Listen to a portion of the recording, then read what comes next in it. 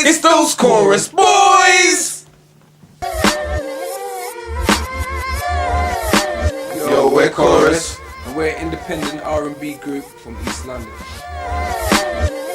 I'll tell you a story about this girl that I saw.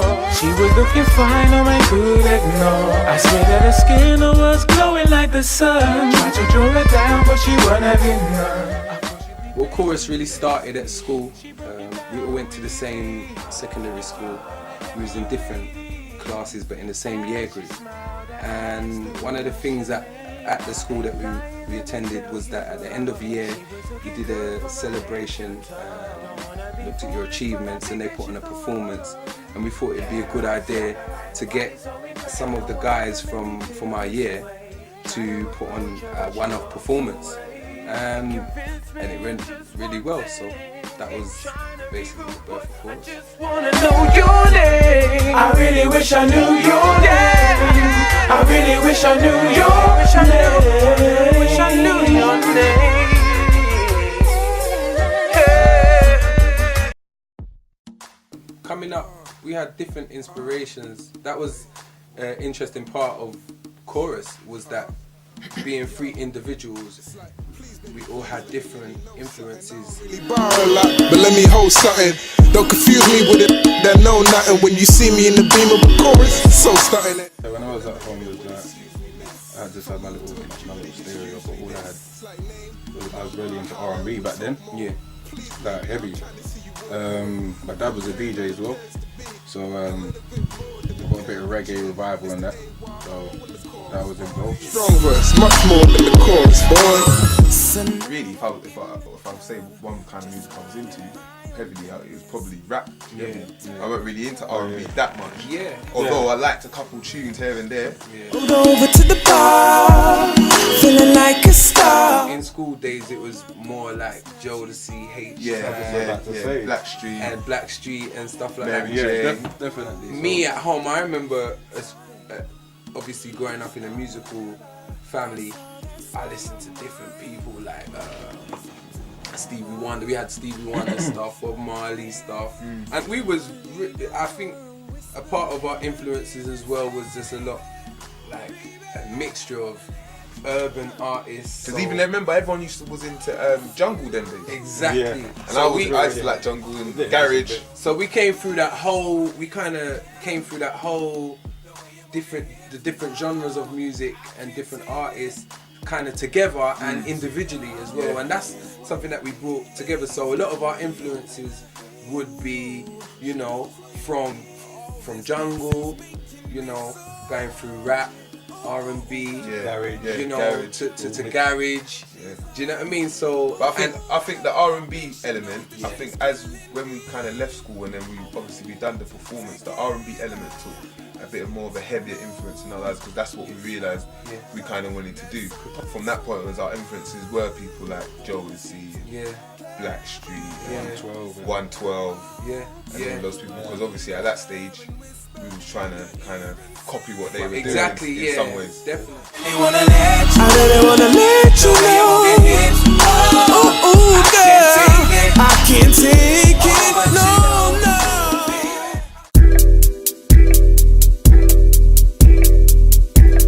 Really, from there, I think we decided in ourselves that we had something worth pursuing, really. And from there, we just tried to get a bit of notoriety. So the first point of call was getting a show. We managed to get a show on the Barrymore show. He had a section where he was going into local supermarkets and he was getting acts to come up there and blah blah blah, and that was My kind of people. my kind of people. Yeah. From there, we concentrated on just doing local shows in the local community. Yeah, any sort of, you know, Hackney show. Yeah, and there was Hackney was, you know, where we grew up, so that was always it was good for entertainment and arts and stuff like that coming together. So that was really interesting for us and important for us to do. Ooh, so come here and show me the We met up with a group of guys from South London called Street Politics, and we worked with those guys a few times in the studio. That seemed to work, and they wanted to put a whole collective together.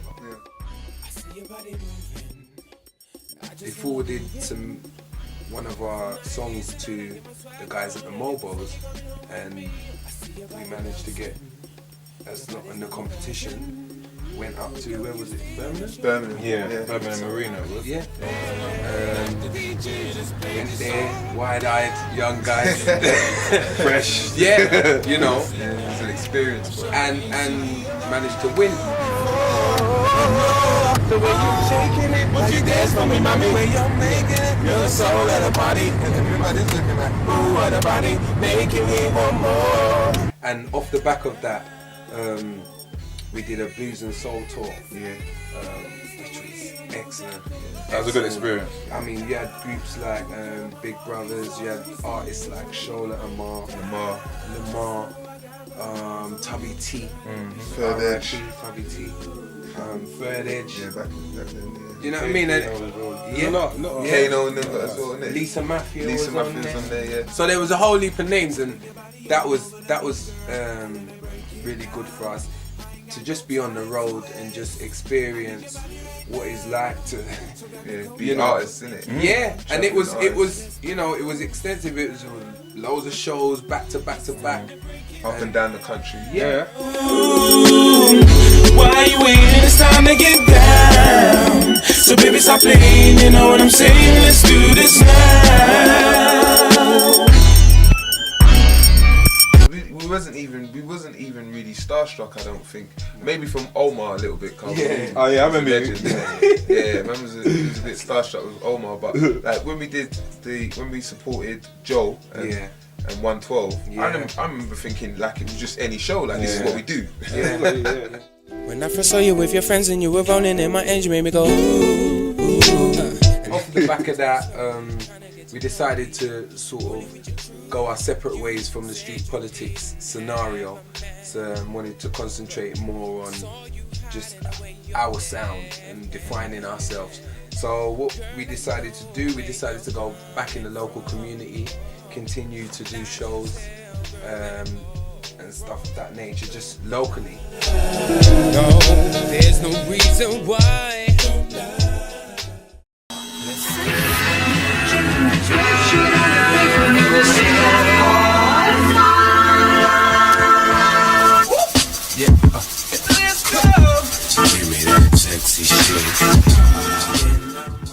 The 2012 mixtape, the type of vibe he was trying to bring across was like beat jacket. You know how the rappers do it?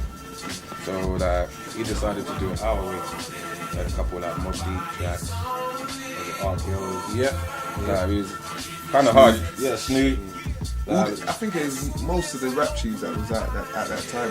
We did a little beat jack on it. Yeah, and there's a lot of Neptunes. We were just trying to show people like something different, you know what I mean? Like bunch of singers going hard on beat jack. Yeah, you know what I mean? Yeah. And we did come out with a couple of good tracks and all. One particularly called It's All About You, with an artist called Shazar. We got Shazar. Check out the mixtape. 2012. Speaking of 2012, I remember the studio that we used was like essentially a rapper's studio. And remember when we used to go in the studio and then we'd be in there like with the rest of the rappers and they would think we were rappers. No, that still happens. And that state, you know what I mean? And I think one thing as well about us that I've always liked is that, or people told us, is that we had like rappers mentality. Yeah. And I think that was just basically off of the back of growing up in the area that we grew up in. I remember as well when we was in the studio, because we was around rappers. Yeah. We got that kind of hard you're kind of attitude to the studio. Yeah.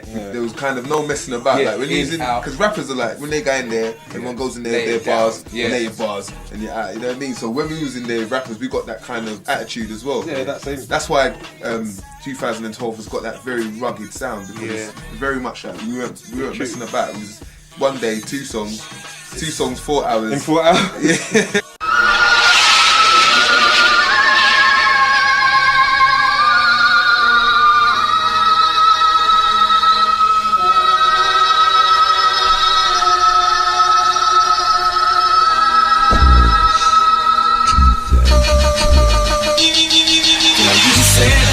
From there, we were just trying to work the mixtape and basically, literally going to shows, handing it out, hand to hand, pushing it, and just plugging it like that. That did surprisingly well as well. That always, I remember that scenario, and I remember how much that surprised me that we could go somewhere and do a performance, come off the stage and immediately sell like 50, 60 CDs. Yeah. I always was surprised. It was a good feeling. I think as well for us, it still felt like it was still building, still trying to like find our own identity. So the mixtape was very much just basically us being definitely creatively necessary for us at that stage. For everything we'd been through up until that stage, we needed to be able to focus all of that into a project. We did do well with it. After shows, we were selling a lot. We did do well. Yeah. But for those who don't know, jump on it, man. Listen to the 2012. It's there. That's what you call early work.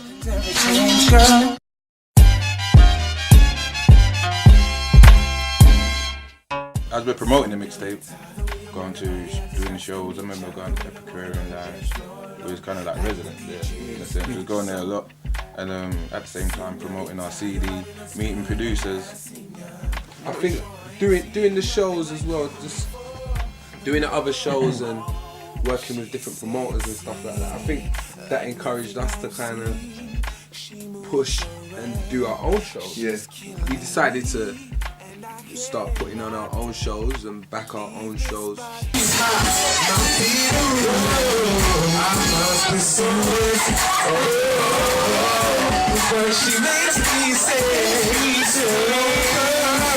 I generally believe that when you come to our show, you do get that sense that I don't feel that people expect the quality and the difference in songs that they're going to get, because we can do mostly anything. So our shows tend to kind of portray that, and people always come back to me after and say, I ain't heard that tune that you did the last tune, or I ain't heard that first tune before, and it's a little bit like this, or it's a little bit like that. And a lot of the songs that we do, because of the songs we pick, we might have written that song 7 years ago. But we've just decided to do it in the show. How we present it, and it's still relevant today. That's what I love about doing our shows and going on to doing Real Talk. Because as I said, Real Talk was another mixtape that was very much showing what we was going through at that time. You know I'm real, I'm sure you're fine. There's a clear difference between the way we attacked 2012 and the way we dealt with Real Talk. Yeah, definitely. And again, you can find Real Talk on the website. Oh yes, cop that. But again, I don't like to say more adult, but it does come across more mature. Oh, you can hear it, Now, what it is, I'll be real to you. See, today we put this show together, and we got all these artists to come and back us and support us, simply because we had a collection of songs that we believed was real to us at least, anyway. And we thought, you guys have been with us, so we respect that. You know what I mean? So enough love. We're gonna give it back to you in the best way. So we have. What was really intentional on that project was to make it sound soulful. And to make it, you know what I mean. So you kind of get that eclectic, that old feeling that you did when Swing days. You know what I mean? Swing days. Yeah, and even further back maybe some of the songs, you know. Hey,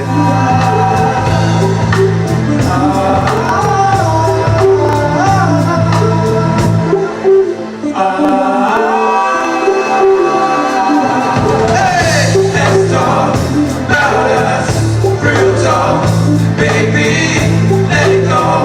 You know you really, really want it to be.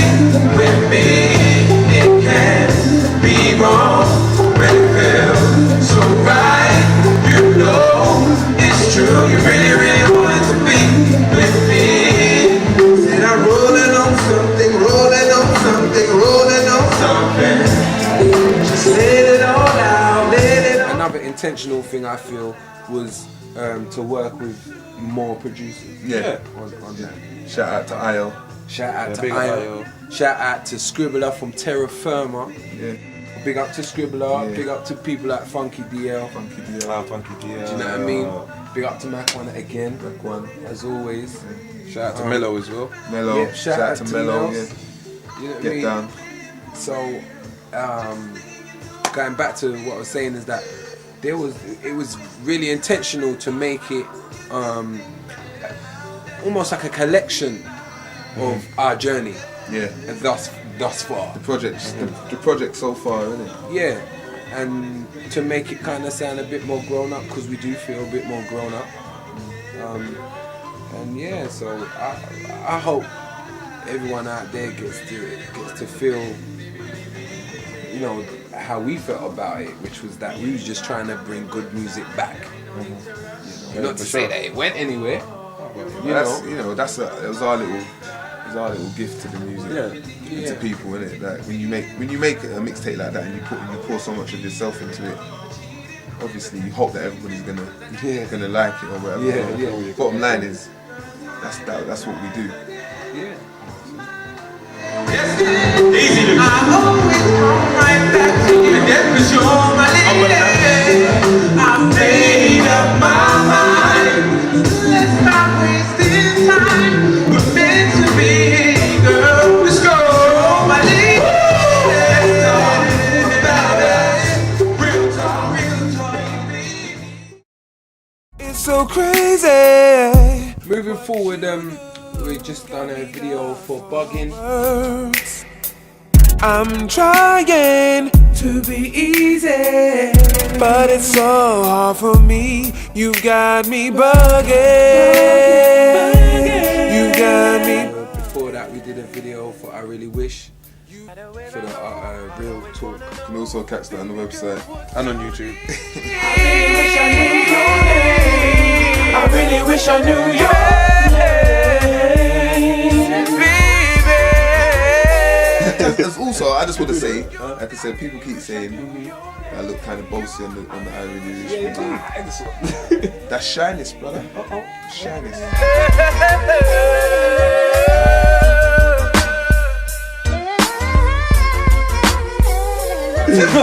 So Steve's shy, Yeah. but we're still gonna do more videos. Nah, straight. Nah, because obviously we've got to try, innit? Yeah. So And I'm he's gonna got take glasses. one for the boys, He's got the innit? glasses. I keep telling him. Yeah, I put the glasses on. Glasses on. Yeah, it's changed my whole perspective on life. It's a wrap.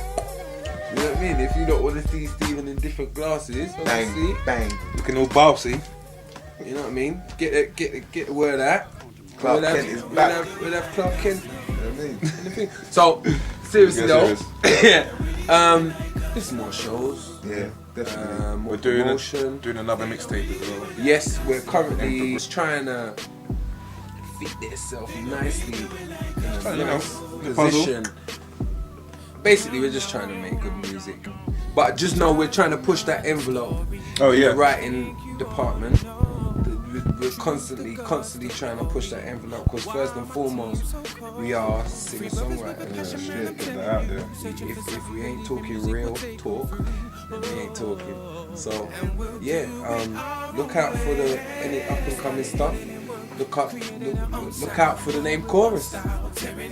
Stay locked to the website, baby.